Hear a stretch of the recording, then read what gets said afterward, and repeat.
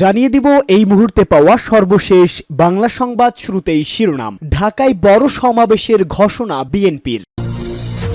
এরপরেই জানাবো বিরতি দিয়ে প্রধানমন্ত্রী পদে 2 মেয়াদের বেশি থাকার সুযোগ দিতে হবে বলে বিএনপি নেতা সালাউদ্দিনের আহ্বান।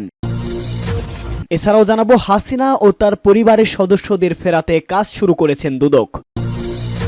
এবং সর্বশেষ জানিয়ে দিব আওয়ামী লীগের বিচার ও নিষিদ্ধের দাবিতে এনসিপির বিক্ষোভ মিছিল। শুনছিলেন সংবাদ শিরোনাম, এবারে বিস্তারিত। তবে তার আগে প্রতিদিনের আপডেট বাংলা সংবাদ সবার আগে পেতে ভিডিওটিতে একটি লাইক দিয়ে চ্যানেলটি সাবস্ক্রাইব করার অনুরোধ রইল।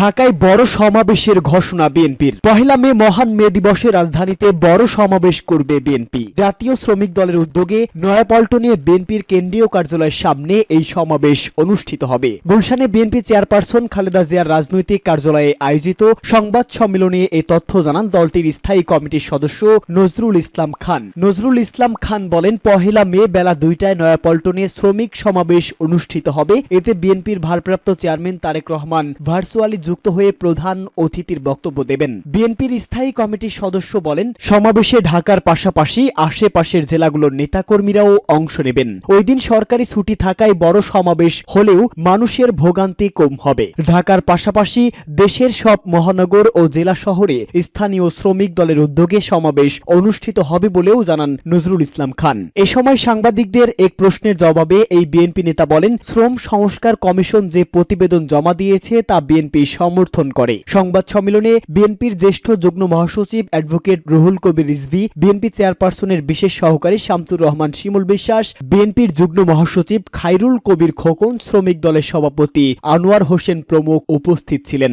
বিরতি দিয়ে প্রধানমন্ত্রী পদে 2 মেয়াদের বেশি থাকার সুযোগ দিতে হবে। বিএনপির স্থায়ী কমিটির সদস্য সালাউদ্দিন আহমেদ বলেছেন, আমরা প্রস্তাব দিয়েছি প্রধানমন্ত্রী পদে টানা 2 মেয়াদের বেশি কেউ থাকতে না পারলেও একবার বিরতি দিয়ে আবার প্রধানমন্ত্রী হওয়ার সুযোগ থাকতে হবে। জাতীয় সংসদ ভবনের এলডি হলে জাতীয় ঐক্য কমিশনের সঙ্গে বৈঠকে মধ্যাহ্নভোজ বিরতিতে সাংবাদিকদের এসব কথা বলেন তিনি। বিএনপি নেতা বলেন, বিএনপির এই প্রস্তাবের পর ঐক্যমত কমিশন থেকে প্রধানমন্ত্রীর পদে এক ব্যক্তির একাধিকবার থাকা নিয়ে বিএনপিকে নতুন প্রস্তাব দেওয়া হয়েছে, কিন্তু সেটা তারা এখনই প্রকাশ্যে আনতে চান না। আগে কমিশনের প্রস্তাব দিয়ে দলীয় ফর্মে আলোচনা করবেন তারা। রাষ্ট্রপতির বিদ্যমান ক্ষমতার বাইরেও আরো কি কি ক্ষমতা বৃদ্ধি করা যায় সেটা উল্লেখ করে সংবিধানের 48(3) অনুচ্ছেদের পর আরেকটি অনুচ্ছেদ যুক্ত করার পক্ষে বিএনপি মত দিয়েছে বলে উল্লেখ করেন সালাউদ্দিন। তিনি বলেন, যা পরবর্তী সময়ে সংসদে আলোচনার মাধ্যমে হবে আর রাষ্ট্রপতি সংসদের উভয় কক্ষের সদস্যদের ভোটে নির্বাচিত হবেন।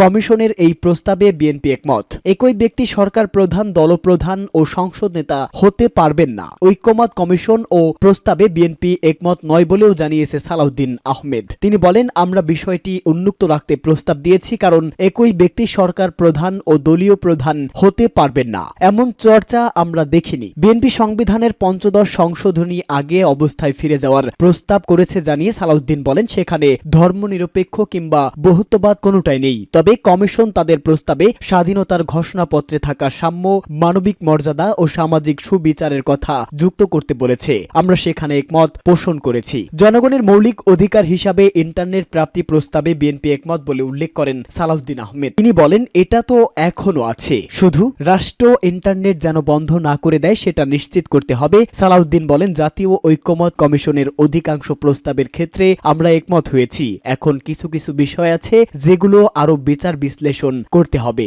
হাসিনা ও তার পরিবারের সদস্যদের ফেরাতে কাজ শুরু দুদকের। শেখ হাসিনা ও তার পরিবারের সদস্যদের দেশে ফিরিয়ে আনতে কার্যক্রম শুরু করেছে দুর্নীতি দমন কমিশন। রাজধানীর সেগুন বাগিচায় দুদক কার্যালয়ে সাংবাদিকদের এ তথ্য জানান দুদক কমিশনার ব্রিগেডিয়ার জেনারেল হাফিজ আহসান ফরিদ। তিনি বলেন, আমরা এখান থেকে স্বরাষ্ট্র মন্ত্রণালয়ে নথি পাঠিয়েছি, যেখানে মিউচুয়াল লিগ্যাল অ্যাসিস্ট্যান্স রিকোয়েস্ট বলে পররাষ্ট্র মন্ত্রণালয়ের মাধ্যমে তা বিদেশে অ্যাম্বাসিতে যাবে, সেখান থেকে বাংলাদেশের অ্যাম্বাসিতে যাবে। সেই কাজ আমরা শুরু করেছি। তাদের ফিরিয়ে আনার জন্য দুদক প্রক্রিয়া শুরু করেছে। শেখ হাসিনাকে ফেরত আনতে কি ধরনের পদক্ষেপ নেওয়া হয়েছে জানতে চাইলে দুদক কমিশনার বলেন, এর মাধ্যমে বাংলাদেশ সরকার পক্ষ থেকে ভারতকে জানানো হয়েছে তাকে যেন ফেরত পাঠানো হয়। বিভিন্ন আন্তর্জাতিক দুর্নীতি দমন সংস্থার সঙ্গে আমাদের চুক্তির চূড়ান্ত পর্যায়ে রয়েছে। চুক্তি হয়ে গেলে আমরা তাদের কাছ থেকে সাহায্য পাব। শেখ হাসিনাকে ফেরত আনতে ইন্টারপোলের রেড নোটিশ জারি করা হয়েছে কিনা জানতে চাইলে কমিশনার বলেন, রেড নোটিশ নিয়ে আমার কোনো ধারণা নেই, এটি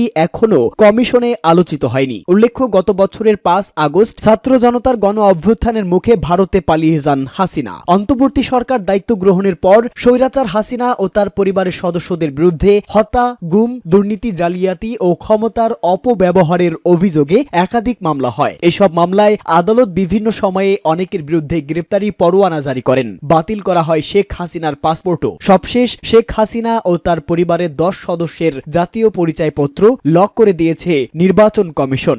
আওয়ামী লীগের বিচার ও নিষিদ্ধের দাবিতে এনসিপির বিক্ষোভ। আওয়ামী লীগের বিচার ও রাজনৈতিক কার্যক্রম নিষিদ্ধ, সংস্কার এবং গণপরিষদ নির্বাচনের দাবিতে রাজধানীতে বিক্ষোভ মিছিল করেছে জাতীয় নাগরিক পার্টি। রাজধানীর খামারবাড়ি থেকে বিক্ষোভ শুরু হয়ে ফার্মগেট ওভারব্রিজের সামনে শেষ হয়। বিক্ষোভ মিছিলের আয়োজন করে বৃহত্তর তেজগাঁও শাখা। মিছিল পূর্ব সংক্ষিপ্ত সমাবেশে এনসিপির সিনিয়র যুগ্ম আহ্বায়ক আরিফুল ইসলাম আদিব বলেন, আওয়ামী লীগের ইতিহাস দেশ বিক্রি করে দিয়ে প্রতিবেশী রাষ্ট্রের স্বার্থ বাস্তবায়ন করার ইতিহাস। অতএব গণতান্ত্রিক রাজনৈতিক দল হিসাবে বাংলাদেশে তাদের রাজনীতি করার কোনো অধিকার থাকতে পারে না। সন্ত্রাসী ও অগণতান্ত্রিক দল হিসাবে বিচার প্রক্রিয়ার মাধ্যম দিয়ে আওয়ামী লীগকে অতি দ্রুত নিষিদ্ধ করতে হবে। কুয়েটের শিক্ষার্থীদের অনশনের কথা উল্লেখ করে এনসিপির যুগ্ম সদস্য সচিব রিফাত রশিদ বলেন, লজ্জার সঙ্গে বলতে চাই, আমার ভাইরা যাদের রক্তের উপর গণ অভ্যুত্থান প্রতিষ্ঠিত তারা অনশনে বসেছে। তাদের মুখে অক্সিজেনের মাস্ক দেওয়া হয়েছে, অথচ দেখা যাচ্ছে এই ছাত্রদের ম্যান্ডেট নিয়ে উপদেষ্টা পরিষদে যাওয়া মাহফুজ সাহেব তথ্য উপদেষ্টা